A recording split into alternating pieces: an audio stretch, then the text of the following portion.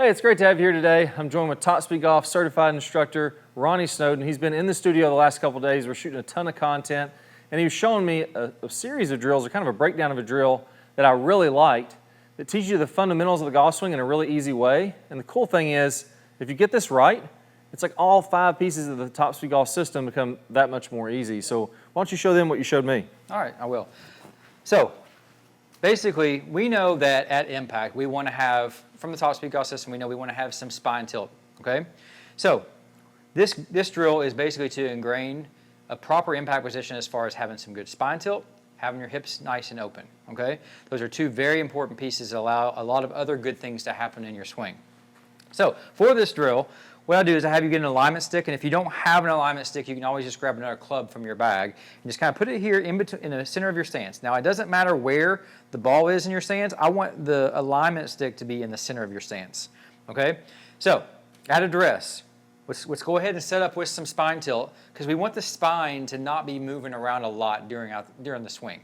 So if we know we want to have tilt at impact, we might as well go ahead and start off with some tilt so our spine doesn't have to move around a lot during the swing.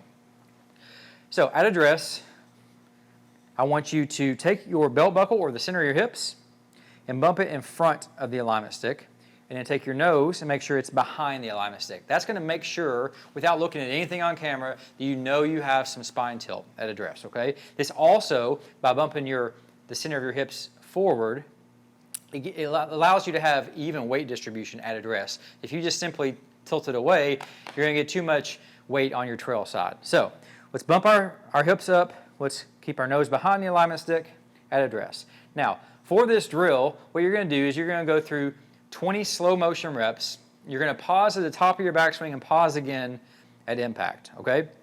So what you're doing in the slow motion portion before you pause at the top is you're starting off with some tilt, and you're basically trying to maintain a stable spine, keep that tilt, but not let the spine move around at all through the backswing.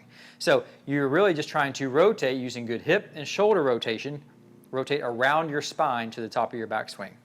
So you're going to concentrate on coming back nice and slow, not moving that spine around at all. And at the top, I want you to pause and make sure that your nose is still behind this alignment stick, okay? Now, once I get to that position, in the downswing, I know that I am going to shift my weight to my lead side, and I want to get my hips nice and open, but I want to keep my spine tilt. So the main thing I want to do is keep my head back while my lower body is opening up and shifting forward. So the way I'm going to do that is I'm going to think about my right shoulder, okay? I want my right shoulder to feel like it's getting lower, closer to the ground. I want to get some shoulder tilt, so my right shoulder is going to be getting lower than my left shoulder. And doing this in combination with getting the weight shift forward and the hips opened up is going to give you that nice angle of tilt at impact. And it's just going to put you into a great impact position. So start from the beginning here. I'm bumping my hips up. I got my nose back.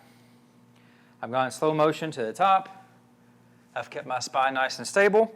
My nose is still behind the alignment stick. Now, in the downswing, I want to get my right shoulder closer. I'm opening up my hips. I'm coming into a good impact position. My hands are ahead of the ball. My hips are nice and open. My nose is still behind the alignment stick. Once you see that you're in all these proper positions, now you come on through to a nice high, full finish, and make sure your weight is stacked on top of this lead leg. Yeah, I like that. And I think it seems so simple, but then it tackles 50 things in the golf swing. Yeah. So if you got a reverse pivot, let's say, and you're sliding, so go ahead and show them a reverse pivot where you're sliding to the right with your hips, you're sliding back to the left. Well, that's reversing your spine angle. Right now his spine's leaning like this. So he's going to go ahead and keep that belt buckle in front, do it the right way now, where this belt buckle was in front, the upper body's back, now his spine's tilted away, all of a sudden he's cured his reverse pivot.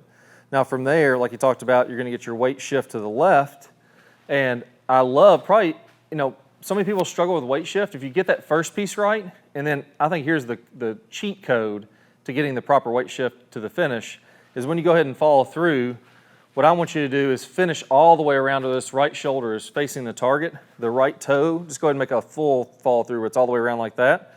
You'll see the right knee is facing the target. Every single one of these cleats is off the ground, and the body is almost just stacked completely over that right or that lead foot. You should be able to tap your foot. So if I'm in the proper finish, I should be able to tap my foot and not fall over, so I'm stacked on that front foot.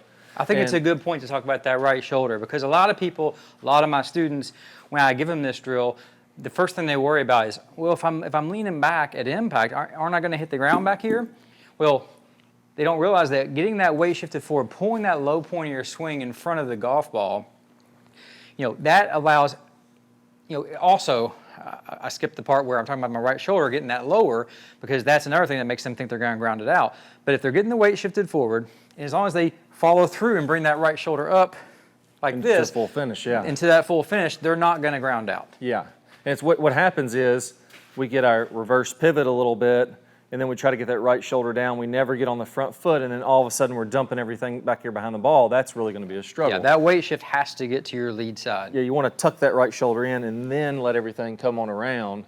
It's almost like a throwing motion where if you're sidearm, like you're going to skip a rock, instead of staying back and throwing it all arm, you're going to skip a rock, but then finish all the way up on that front foot. Yeah. And that's what pulls the low point in front on every single shot.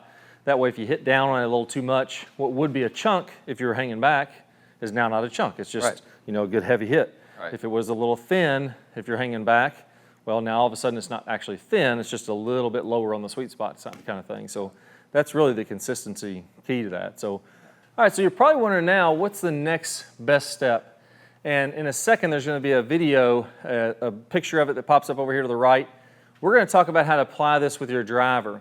It's not very much different, but there's a few key things that if you get those right, you can make virtually the same swing with your driver and your irons. So you're going to want to make sure that you check out that video. So thanks again, Ronnie. Thanks for the awesome tip. I can't wait to hear about your great success, and I'll see you in the next video.